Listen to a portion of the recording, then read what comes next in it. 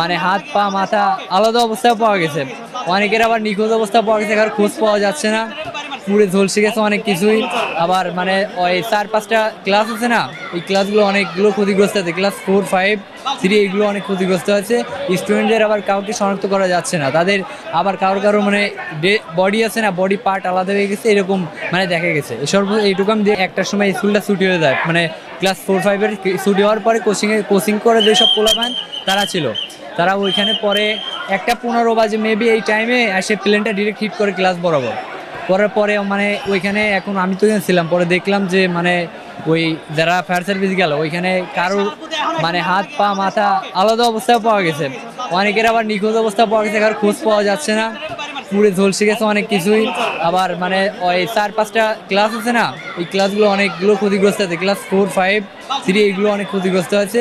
স্টুডেন্টদের আবার কাউকে শনাক্ত করা যাচ্ছে না, তাদের আবার কারো মানে বডি আছে না, বডি পার্ট আলাদা হয়ে গেছে, এরকম মানে দেখা গেছে। এইটুকু আমি দেখছি। আর আর দেখলাম যে প্রশাসনের লোক আসে সব কিছু, আইন শৃঙ্খলা সব কিছু ঠিক করলো, মানে আলাদাভাবে সব কিছু ডিসিশনটা ঠিক করছে। আমি এই পর্যন্ত দেখছি, ওইখানে এইটুকুই ছিলাম, পরে এখানে আসছি। এখানে একটা বিমান মানে এসে হিট করছে। আর এই পাইলট আছে না, তিনি আগে থেকেই মানে তিনি মূলত চেয়েছিল, আমাদের মনে হল যে মানে তিনি এই মাঠে এটা ক্র্যাশ করতে চাইছিল বা নামাতে চাইছিল, যার কারণে উনি দেখলো যে পরে মেবি কন্ট্রোল ওয়ালটন এখন দেশের সীমানা পেরিয়ে পৌঁছে গিয়েছে 50টিরও বেশি দেশে। ওয়ালটন ঘরে ঘরে বিশ্বজুড়ে ছিল না, যার কারণে পাইলট দুজনে আগে থেকে প্যারাশুট দিয়ে নামে যাওয়ার চেষ্টা করছে।